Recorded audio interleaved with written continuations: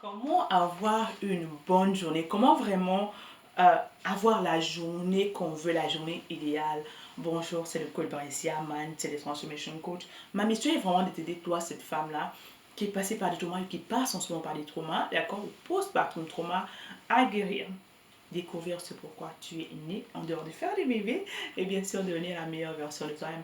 Donc vraiment dans cette vidéo, j'aimerais te donner quelques astuces en tant que mindset coach et t'aider en fait comment tu peux avoir cette journée que tu rêves. D'abord, avant de commencer, j'aimerais te poser une question. Décris-moi en fait ta journée idéale. Serait pour toi la journée idéale?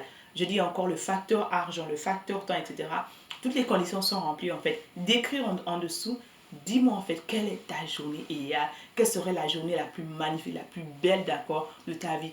Quel que soit là où tu es en fait, j'aimerais que tu écrives en bas et que tu me décrives ta journée. Comment alors avoir cette journée idéale en fait?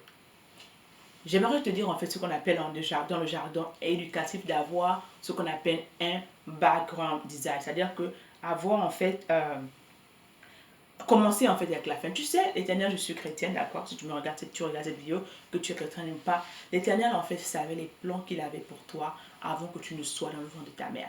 Le Seigneur nous a designé déjà avec le plan en fait, c'est-à-dire qu'il a vu la fin, d'accord, avant que tu ne naisses, mais avant que tu ne sois même conçu, avant que tes parents même aient eu l'idée de te concevoir. Can you believe that? C'est quelque chose d'accord inconcevable. Le Seigneur en fait avait déjà la fin. Il sait déjà toi et moi là où nous sommes là, comment en fait notre vie va finir parce que c'est lui qui nous a créés, c'est lui qui nous a façonnés, c'est lui notre architecte.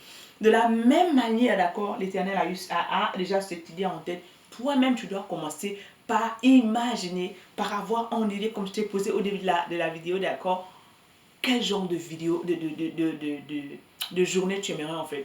Comment tu aimerais te sentir? Qu'est-ce que tu aimerais à la fin de la journée en fait? Tu aimerais que tu t'asseyes une seconde, que tu fermes tes yeux et que tu imagines la fin de la journée. Si c'est un lundi ou un vendredi, d'accord, si c'est que la meilleure semaine, la meilleure journée, j'aimerais que tu t'imagines à la fin de cette journée en fait. Comment tu te sens? Quel est le genre de conversation que tu as? D'accord? Comment est ton énergie? Est-ce que tu es fatigué? Est-ce que tu es vibré? Est-ce que tu ne sens pas que tu veux encore aller dormir? D'accord? C'est-à-dire que tu peux continuer ce que tu as fait parce que tu es tellement énergétique ou tu te vois fatigué. En fait, comment je te vois? Parce que lorsque tu as déjà inconsciemment, d'accord, l'idée que tu veux, le résultat, d'accord, c'est comme bâtir une maison. Le fait d'imaginer déjà la maison que tu veux, lorsque tu veux aller bâtir une maison, l'architecte va te demander en fait où est-ce que tu veux la maison, combien de chambres tu veux, est-ce que c'est une maison de 2, 3 étages, d'accord, est-ce que c'est une maison à côté de la plage. Donc tu vois déjà dans ta tête le genre de maison que tu veux. Le fait d'imaginer la maison, d'accord, t'excite même, d'accord, c'est la même chose. Quel est le genre de journée que tu veux? Quel est le résultat que tu veux à la fin de la journée? Comment veux-tu te sentir? Veux-tu rentrer chez toi en souriant? Veux-tu rentrer sur ton embrasse tes enfants, etc., ta famille? Comment tu veux te sentir en fait? Une fois, d'accord, tu as ça dans ta tête. Une fois, tu as visualisé cela inconsciemment, d'accord, tu reviens maintenant en arrière et tu fais en sorte que chaque seconde, chaque minute, d'accord, de cette journée, tu t'organises, d'accord, pour faire en sorte que tu aies le résultat que tu veux à la fin de la journée. Quelles sont les différentes étapes alors que tu dois faire? La première, c'est de contrôler tes pensées. Nous sommes ce que nous pensons.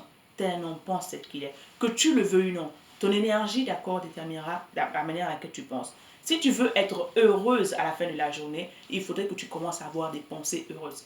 Si tu commences ta journée, par exemple, en regardant la télévision, je sais qu'en ce moment, tout le monde a l'euphorie de la pandémie. On ne sait pas comment aller, on ne sait pas qu'est-ce qui se passe. Et tu commences à nourrir, d'accord, ton subconscient, d'accord, avec de la négativité, crois-moi, ton énergie va directement descendre. Tu vas commencer cette journée avec cette note et crois-moi, cette énergie négative va te poursuivre et guess what? Ta journée ne sera pas comme une. Pourquoi? Parce que tu as commencé à avoir cette première nourriture négative qui t'a affaibli, qui a affaibli tes neurones, qui a affaibli ton cerveau. Et bien sûr, ton énergie ne peut pas être en fait, tu vibres négativement. Si tu ne me crois pas, en fait, essaie cela. Si c'est l'habitude que tu as l'habitude de faire, j'aimerais en fait au contraire que tu commences ta journée en méditant la parole de Dieu. Que tu commences ta journée en invitant d'accord la divinité dans ta maison. Que tu commences ta journée d'accord en vraiment passant du temps avec Dieu. Je sais que nous avons le temps pour tout. Et beaucoup de personnes vont te dire, mais je n'ai pas le temps de prier. Ou moi je prie le soir quand je rentre.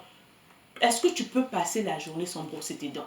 C'est une analogie en fait que j'ai donnée à mon fils lorsque je lui explique l'importance en fait de passer du temps avec Dieu.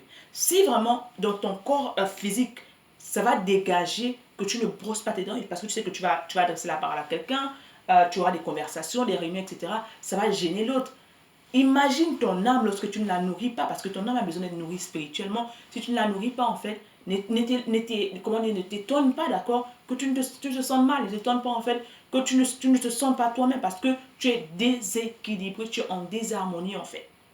Lorsque tu commences ta journée en évitant la parole, en méditant la parole, parce que ce qu'il nous a dit dans Josué, médite la parole, que ce livre de la loi ne s'éloigne jamais de ta bouche. Médite-le jour et nuit. C'est très important. Ce n'est pas quelque chose que tu fais parce que quand tu as des problèmes, parce que beaucoup de personnes ont cette mauvaise habitude, d'accord, de n'appeler Dieu, de passer le temps avec Dieu que lorsqu'ils ont des problèmes. Lorsque tout va bien, tu n'as pas besoin de Dieu. Est-ce que c'est toi? J'aimerais en fait, sans te juger, avec amour, si c'est vraiment la routine dans laquelle tu t'es plongé, je t'en supplie. Si vraiment tu veux avoir cette vie, d'accord, cette journée idéale, il faudrait que tu commences par te nourrir, d'accord, spirituellement, passer du temps à méditer la parole de Dieu.